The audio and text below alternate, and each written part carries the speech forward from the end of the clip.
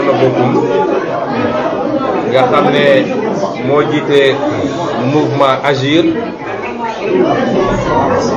ñëw seet ko moom ak mouvement am yëpp ci cadre doxu nemmeeku yi may dox fan yi mu it ay tànku ngërëm tànku cant ci taxawaay bi nga xam ne taxaw nañ ko ci fan yi weesu ak li xew ci réew mi te yàlla defoon nag mu concerné ma man personnellement. Thierno bokk na ci njëkk a jóg taxaw bi mbir mi amee ci ay déclaration ci ay position bi mu jël waaye it ci participation active am sur le terrain. wax naa ko keroog nee naa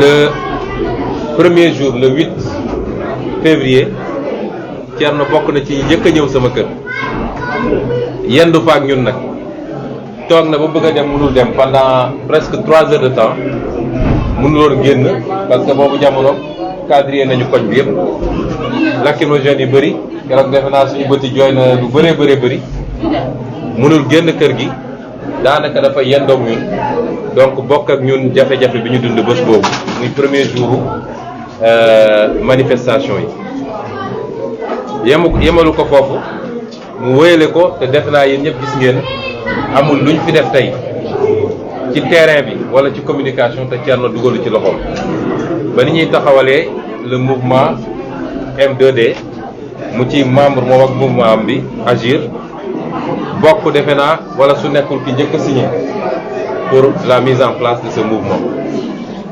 kon tey su ma fi ñëwee lu war la farata la woon ci man ma ñëw seet si ko lu ñu waroon def la sax lu jiitu lii mais dafa amoon ngànt moom génnoon Ndakaaru ñëw ci sama tur ci sama turu famille ci sama turu parti politique bi ma bokk ci turu mboolem seen mouvement ak parti yi nga xam ne bokk nañu ak ñoom ci coalition ak alliance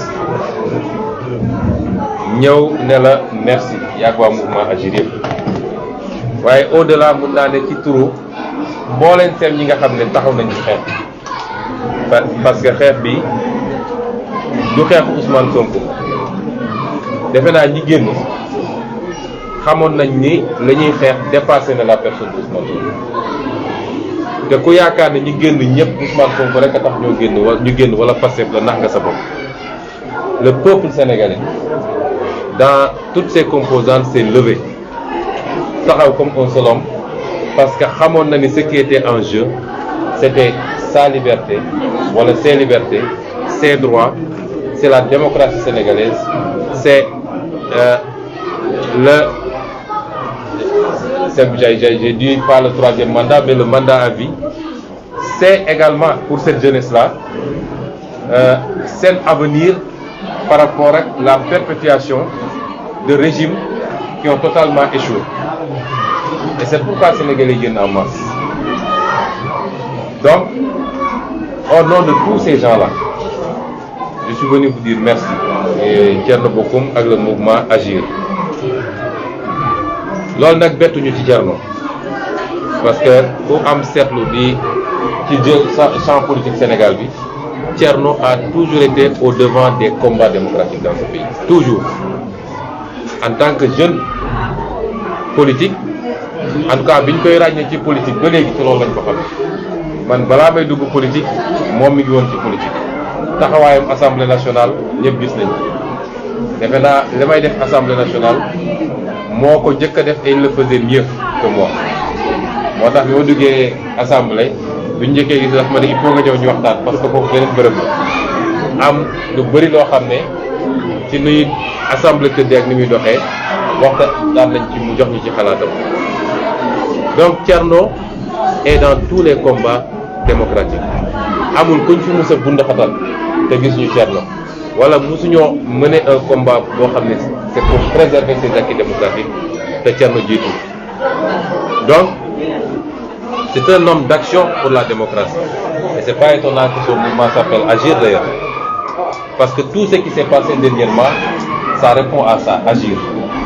tàmmoon nañ di wax ni sénégalais yi c'est un peuple trop passif, amorphe, du ñu agir, kenn ku nekk ngi toog sa kër di gérer sa intérêt. Mais le peuple sénégalais nous a montré que c'est un très grand peuple. C'est un peuple qui nous dépasse largement, nous, sa classe politique. Et c'est un peuple d'action. Quand il faut agir. C'est pas un peuple anarchiste, mais peuple la boo xam ne lu ñor dëgg-dëgg bu jotee lañ ca waroon def nañ ko def. Kon Thierno, merci encore. Mais au-delà des remerciements, nee na ñun ñii ñëpp di politique am na jàngat ñu war a jàngat ci lii xew. su dee mënuñoo tafsir message bi nga xam ne moom la ñu peuple bi jox ñii ñu jàmmaar ba woon te peuple bi ànd seeg ñun bu ñu moytuwul peuple dañu booleeg ñoom. Peuple bi daf ñu lancé un message très fort. Peuple bëggatul dirigeant tappalekat, bëggatul dirigeant wurujkat, bëggatul dirigeant boo xam ne conception am ci politique c'est la jouissance, mooy man ak sama njaboot nu ñuy amee ay milliards. Bëggatul dirigeant boo xam ne lii ñu la dénk ci sañ-sañ ak mën-mën nga xam ne moomoo ko, muy ci wàllu kopparu réew mi, muy administration bi ñu teg sa loxo, muy justice bi, muy police ak gendarmerie, renseignement généraux, diplomatie, lépp li nga xam ne teg nañ ko sa loxo te askan bi teg ko sa loxo di xaar en retour nga jëmale ko fuy soppi nekkinam, fuy améliorer dundam. Peuple bëggatul loolu nga jël ko di ko détourner ci ay complot politique. Le peuple n'en veut plus. Et donc la ñu peuple wax mooy dafa bëgg politique bi sell. Politique lu noble la. dem nañ ba Sénégal loo wax ñu ne la politicien nii, mais politique dafa war a noble parce que servir sa askan la, sonn pour sa réew baax la, loolu mooy politique. Sooy affronter un adversaire il faut nga affronter ko sur le terrain politique, mooy sur le terrain des idées, des programmes et des opinions, mais pas sur d'autres terrains. te peuple bi bëggatul loolu. Peuple bi bëggatul situation boo xam ne nit am na sañ-sañ ne opposition dootul am ci réew mi. Je vais réduire l'opposition à sa plus simple expression. Loolu démocrate dina ko wax. Loolu mooy dictature ak parti unique, parti état nga bëgg a teg ci Sénégal. Le peuple a dit bëggatul loolu. C'est valable pour moom mais c'est valable pour ñun ñëpp. Kon peuple bi li mu bëgg mooy na mbir mi sell. Peuple bi dafa soxla locomotive.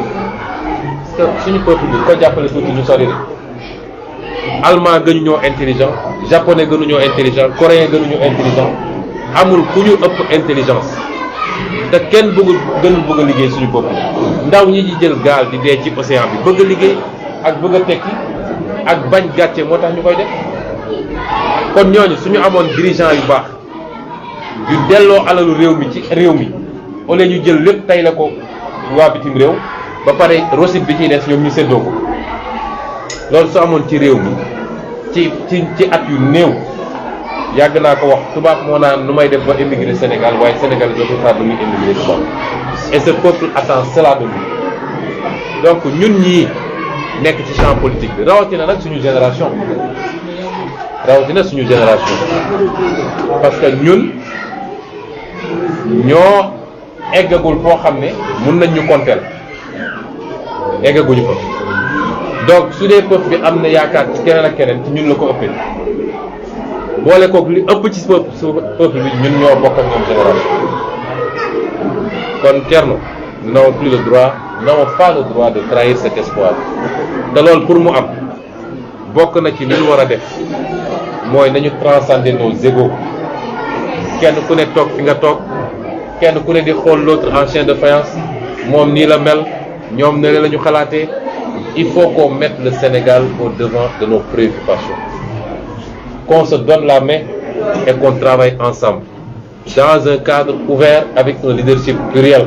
Sénégal li koy defar du benn nit, du benn kuréel, kenn ku ne ñu respecté ko ci gëm-gëmam ak organisation ak ay logique am, parce que mënuñu bokk gis-gis à 100%, loolu mënul am, mais mun nañu am un faisceau de concordance yoo xam ne day constituer la passerelle qui va nous permettre de travailler ensemble pour ce pays.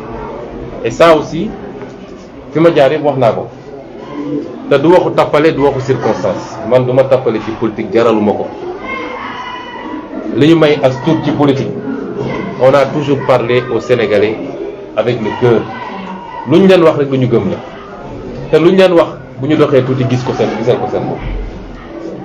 kiy falu yàlla rek ko xam kii falu yàlla rek ko xam